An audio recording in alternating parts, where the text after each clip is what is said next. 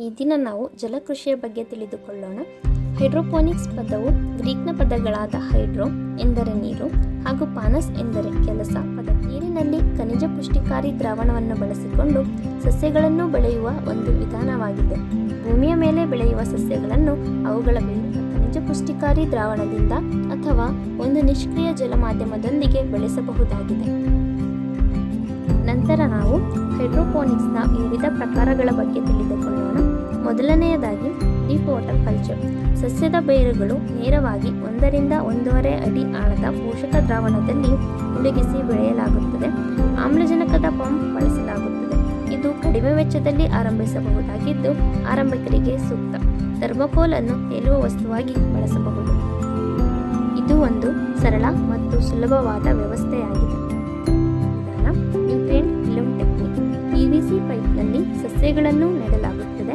Pump ಮೂಲಕ ಪೋಷಕ ದ್ರಾವಣವನ್ನು ರಿಸರ್ವೈಯರ್ನಿಂದ ಪೈಪ್ಗಳಿಗೆ ಹರಿಸಲಾಗುತ್ತದೆ. ಬೇರುಗಳು ಹರಿಯುವ ದ್ರಾವಣದೊಂದಿಗೆ ನೇರ ಸಂಪರ್ಕ ಹೊಂದಿದ್ದು ಬಳಸಿದ ದ್ರಾವಣ ಮತ್ತೆ ಟ್ಯಾಂಕ್ಗೆ ಹಿಂದಿರುಗುತ್ತದೆ. ಇದರಲ್ಲಿ 5.5 ರಿಂದ 6.5 ಆಮ್ಲತೆ, ನೀರಿನ ತಾಪಮಾನ 18 ರಿಂದ 22 ಡಿಗ್ರಿ. ಮೂರನೆಯ ವಿಧಾನ ಡಚ್ ಬಕೆಟ್ ವಿಧಾನ.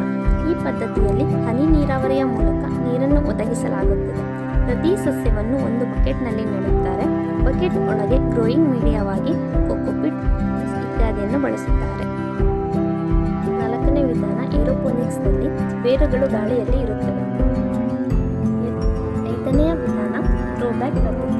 ಇದರಲ್ಲಿ ಬಯೋ ಫ್ಯಾಬ್ರಿಕ್ ಅಥವಾ UV ರೆಸಿಸ್ಟೆಂಟ್ ವಸ್ತುಗಳಿಂದ ಮಾಡಿದ ಬ್ಯಾಗ್ ಒಳಗೆ ತುಂಬಲಾಗುತ್ತದೆ. ಸಸ್ಯವನ್ನು ನೇರವಾಗಿ ಬ್ಯಾಗ್ನಲ್ಲಿ ನೆಡಲಾಗುತ್ತದೆ. ಆರನೆಯ ಪದ್ಧತಿ ರೋಬೆಟ್ ಪದ್ಧತಿ. ಇದು ಎತ್ತರಿಸಿದ ಹಾಸಿಗೆ ನಿರ್ಮಿಸಿ ಅದರೊಳಗೆ ಮಣ್ಣು ಅಥವಾ ರೋಬೆಟ್ ಪದ್ಧತಿ ಎಂದು ಕರೆಯುತ್ತೇವೆ. ಇದರಿಂದ ಮಣ್ಣಿನ ಬೇರುಗಳ ಬೆಳವಣಿಗೆ ಹೆಚ್ಚು ಬೇಗ ಆಗುತ್ತದೆ. ರಫ್ ಪದ್ಧತಿ. ಇದು ಯು ಆಕಾರದ ಅಥವಾ ಚೌಕಾಕಾರದ ಚಾನಲ್ಗಳಿಂದಾಗಿರುತ್ತದೆ. PVC, MS, GI ಅಥವಾ ಫುಡ್ ಗ್ರೇಡ್ ಪ್ಲಾಸ್ಟಿಕ್ನಿಂದ ತಯಾರಿಸಲಾಗಿರುತ್ತದೆ.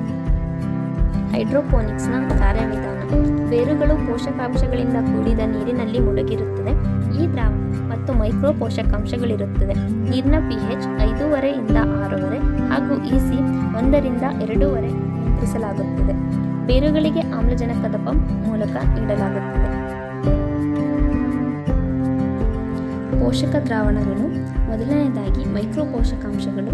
ಅದರಲ್ಲಿ nitrogen, phosphorus, potassium, calcium, magnesium ಮತ್ತು ಸಲ್ಫರ್ ಅನ್ನು ಬಳಸಲಾಗುತ್ತದೆ. ಅಂಶಗಳೆಂದರೆ iron, zinc, manganese, boron, copper ಮತ್ತು ಮಾಲಿಬ್ಡಿನಮ್ ಅನ್ನು ಸಾಮಾನ್ಯವಾಗಿ ಬಳಸಲಾಗುತ್ತದೆ. ಇವುಗಳ ಸಮತೋಲನವೇ ಉತ್ಪಾದನೆ ಮತ್ತು ಗುಣಮಟ್ಟ.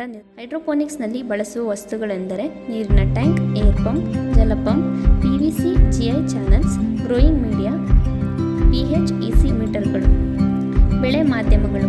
ಹೈಡ್ರೋಪೋನಿಕ್ಸ್ನಲ್ಲಿ ಪರ್ಲೈಟ್, ವರ್ಮಿಕುಲೈಟ್, ರಾಕ್ ವೂಲ್ ಇವುಗಳನ್ನು ಬಳಸಲಾಗುತ್ತದೆ. ಇವು ಬೇರುಗಳಿಗೆ ಆಧಾರ ಮತ್ತು ಆಮ್ಲಜನಕದ ಹರಿವನ್ನು ಒದಗಿಸುತ್ತವೆ.